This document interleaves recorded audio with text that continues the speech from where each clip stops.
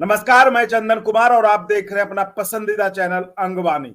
OPS की लड़ाई लड़ने वाले साथियों, आपके लिए सबसे बड़ी खबर, आपके लिए सबसे महत्वपूर्ण नोटिफिकेशन, जो कि अभी सबसे ताजा तरीन नोटिफिकेशन भारत सरकार की तरफ से जारी हुआ है।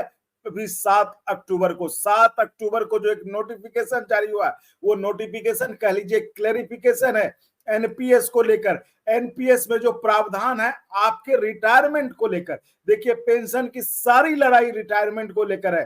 तो जो आप रिटायर होते हैं और रिटायरमेंट का जो पीरियड होता है, क्योंकि किसी भी रिटायरमेंट में जो सरकारी नियम उसके मुताबिक 3 महीने का समय माना जाता है और 3 महीने के बाद ही आपका रिटायरमेंट वैलिड होता है। तो उसमें जो रिटायरमेंट और प्री मैच्योर रूल है, प्री मैच्योर एग्जिट रूल्स है, क्योंकि तो उसको लेकर ये बहुत बड़ा अपडेट है, बहुत बड़ा क्लैरिफिकेशन है। तो आखिर हम यही समझते हैं कि आखिर ये जो बड़ा अपडेट आया है, ये जो क्लैरिफिकेशन आया है, ये जो भारत सरकार का नोटिफिकेशन आया है, इसके क्या मायने हैं कर्मचारियों के लिए, आपकी जिंदगी पर इस क्लैरिफिकेशन का, इस नोटिफिकेशन का क्या असर पड़ेगा, वो हम समझते हैं सीधे national mission for old pension scheme के राष्ट्रीय अध्यक्ष डॉक्टर मंजीत सिंह पटेल जी से, जो हमारे साथ लाइव जुड़ेंगे भी केरल से, जो कि वहां पर अपने 17 नवंबर को दिल्ली में जंतर मंतर पर अपने संगठन की ओल्ड पेंशन के लिए की रैली को लेकर लोगों को बुलाने गए, लोगों को आह्वान करने गए।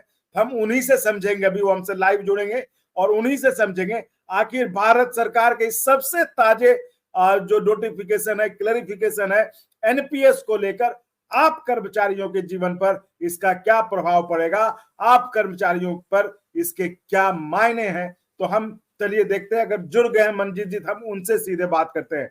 डॉक्टर साहब, बहुत स्वागत है आपका अंगवानी पर। थैंक यू चंदन साहब, thank you so much. Manjeet ji, ये जो सरकार, भारत सरकार का एक नया नोटिफिकेशन 7 अक्टूबर को जारी हुआ है, उसके क्या जी मायने हैं कर्मचारियों के लिए? जी जी चंदन जी, देखिए नियम तो चूंकि नया नहीं है। मैं आपको थोड़ा सा पीछे ले जाऊंगा, क्योंकि पीछे की तस्वीर जब तक लोग नहीं जानेंगे तो इस क्लैरिफिकेशन को नहीं समझ पाएंगे। एनपीएस में क्या था कि अगर किसी कर्मचारी की सेवा काल में मौत हो जाती थी तो उसके टोटल कार्पस को सरकार रख लेती थी अपने पास, और ये देखती थी कि उसकी नौकरी को 7 साल हुए या नहीं हुए। अगर 7 साल नहीं हुए थे तो उसको 30% उसके परिवार को पेंशन मिलती थी। अगर 7 साल हो गए थे तो 50% पेंशन देने का प्रावधान था।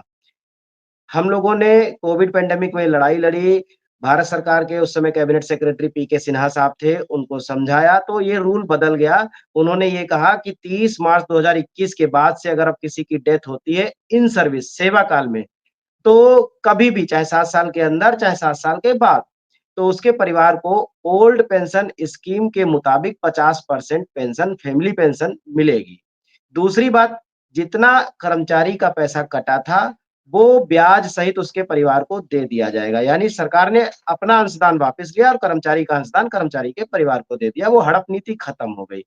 दूसरी बात, अगर कोई आदमी नौकरी करने के लिए इच्छुक नहीं था, मान लीजिए नौकरी छोड़ देता, जिसे हम रेजिग्नेशन कहते हैं। कभी भी लोग 10-10, 15-15 साल की नौकरी करके छोड़ करके चले जाते हैं, कहीं बाहर चले जाते हैं, विदेश चले जाते हैं, या किसी स्वास्थ्य कारण से नौकरी छोड़ देते हैं। कई सारी टेक्निकल कंडीशंस होती हैं। ऐसे केस में एनपीएस विथड्रॉल या एनपीएस एग्जिट रूल 2015 लागू होता है। एनपीएस एग्जिट रूल 2015 ये कहता है कि अगर आपने सुपर एनुएशन यानी 60 साल 62 साल से पहले इस्तीफा दे दिया तो टोटल कार्पस को दो हिस्सों में तोड़ा जाएगा, 20% और 80%। 20% आपको उठा करके दे दिया जाएगा और 80% पर एन्युटी बनेगी, जितनी पेंशन बनेगी वो आपको पेंशन मिलेगी। अब देखिए, मान लीजिए किसी आदमी ने आज इस्तीफा दिया तो 90 दिन के बाद इस्तीफा प्रभावी होता है। 90 दिन से पहले इस्तीफा प्रभावी नहीं होता है। एक सरकारी प्रोसेस है, ये क्योंकि सामान्य स्थिति में। जी, बिल्कुल सामान्य सी बात है, क्योंकि 90 दिन तक इस्तीफा देने वाला अपने इस्तीफे को वापस ले सकता है। ये एक प्रक्रिया है। उसको थोड़ा टाइम दिया जाता है कि मान लो किसी कारणवश इस्तीफा दे दिया, कल मूड बदल गया या कोई और बात हो गई तो वो अपनी नौकरी में वापस रिज़्यूम कर सकता है। तो अब सरकार ने ये कहा कि इस्तीफा चूँकि 90 दिन के बाद ही प्रभावी होगा, लेकिन कई केसेज ऐसे भी होते हैं कि आज इस्तीफा दिया और 90 दिन के अंदर ही उसकी मौत हो गई। तो ऐसे केस में सरकार ने एक क्लेरिफिकेशन दिया है कि इस्तीफा देने वाले की अगर 90 दिन के भीतर मौत हो जाती है, तो उसके परिवार के वो 90 दिन का इंतजार नहीं करना पड़ेगा, बल्कि उसी डेट से 20% टोटल कॉर्पस दे दिया जाएगा और 80% पर उसको एन्युटी यानी पेंशन देना शुरू कर देंगे। अब मेरा सवाल ये है कि जब इस्तीफा प्रभावी हुआ ही नहीं, इस्तीफा तो 90 दिन के बाद प्रभावी होता, मौत बीच में ही हो गई, तो जी उस जी पर एनपीएस का एग्जिट रूल 2015 आप कैसे लागू कर सकते हैं? उस पर चूँकि इस्तीफा प्रभावी नहीं हुआ, तो 30 मार्च 2021 का रूल प्रभावी होना चाहिए, वो लागू होना चाहिए और 30 मार्च 2021 ये कहता है कि डेथ एंड डिसेबिलिटी के केस में, जब भी हम्म सेवा काल के दरमियान डेथ एंड डिसेबिलिटी होता है, तो चूँकि ये भी सेवा काल हो गया, 90 दिन के अंदर हम्म मौत हो गई, इस्तीफा प्रभावी नहीं, यानी वो अभी भी सेवा में है, अभी भी सेवा को रिज़्यूम कर सकता है। तो वो अपना कॉर्पस कर्मचारी वाला जो अंशदान है ब्याज सहित उसके परिवार को मिलना चाहिए और 50% पेंशन, फैमिली पेंशन के तौर पे उसके परिवार को मिलना चाहिए, ये नियम बनता है। तो सरकार कहीं न कहीं इसमें गैर संवेदनशील दिख रही है कि 90 दिन के अंदर मौत हो जाने पर आप कोई एहसान थोड़ी कर रहे हो। वो तो जब आपने इस्तीफा उसका अभी तक स्वीकार ही नहीं किया, इस्तीफा उसका टेक्निकली अभी तक प्रभावी ही नहीं हुआ, इसका मतलब अभी भी वो सेवा शर्तों से बंधा हुआ है, सेवाओं में है। तो अगर इस दरमियान उसकी मौत होती है, तो सेवा काल के दरमियान मौत का मामला रजिस्टर होना चाहिए और उसको तो यानी 2021 के नियमानुसार उसका कॉर्पस प्लस 50% पेंशन मिलना चाहिए, ये होना चाहिए। तो आप मंजीत जी मतलब ये कह रहे हैं कि जो डेथ एंड डिसेबिलिटी एक्ट है उसके हिसाब से अगर किसी कर्मचारी की मृत्यु जो है सेवा के दौरान, सेवा अवधि के दौरान हो जाती, तो जो नियम है उसके हिसाब से उनको जो कॉर्पस अमाउंट है वो तुरंत उनके फैमिली को दे दिया जाए और 50% जी, पेंशन जो है उसके फैमिली को शुरू हो जाए। ये जी, ये अंतिम बेसिक बिल्कुल। टोटल कॉर्पस का नहीं, कर्मचारी का जितना पैसा कटा है, क्योंकि उसमें कर्मचारी का टोटल जितना कॉर्पस में कटा है जी, जी, जी क्योंकि उसमें मतलब दोनों है ना, कर्मचारी की कर्मचारी का शेयर अंशदान का भी है, सरकार का अंशदान भी। जी, जी।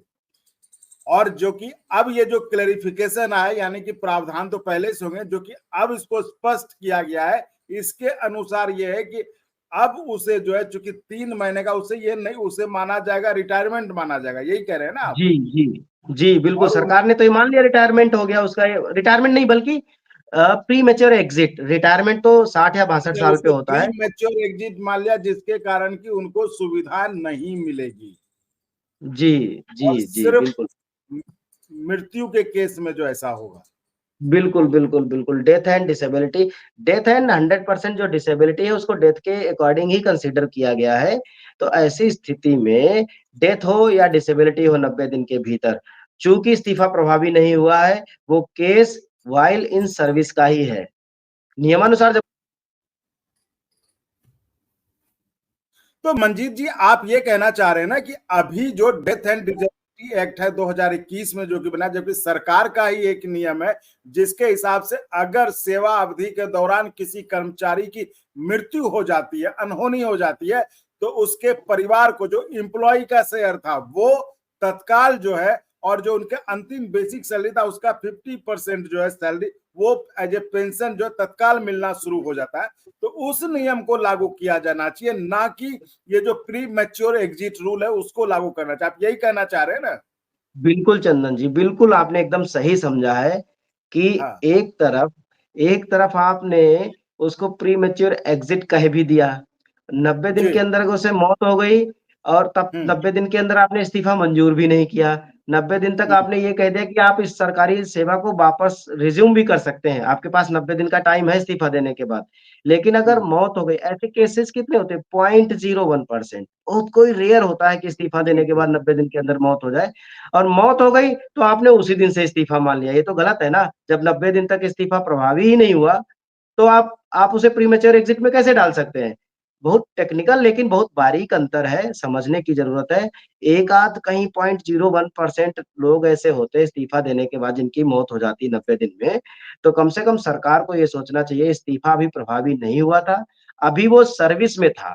सर्विस में मौत हुई मानी जानी चाहिए इसको, ना कि बिल्कुल। इस्तीफा देने के बाद की मौत। तो ऐसे केस में कर्मचारी का अंशदान ब्याज सहित उसके परिवार को दिया जाना चाहिए और लास्ट बेसिक सैलरी का 50% प्लस डियरनेस अलाउंस के बराबर फैमिली पेंशन दी जानी चाहिए, जो कि रूल पहले से ही 2021 से रूल है।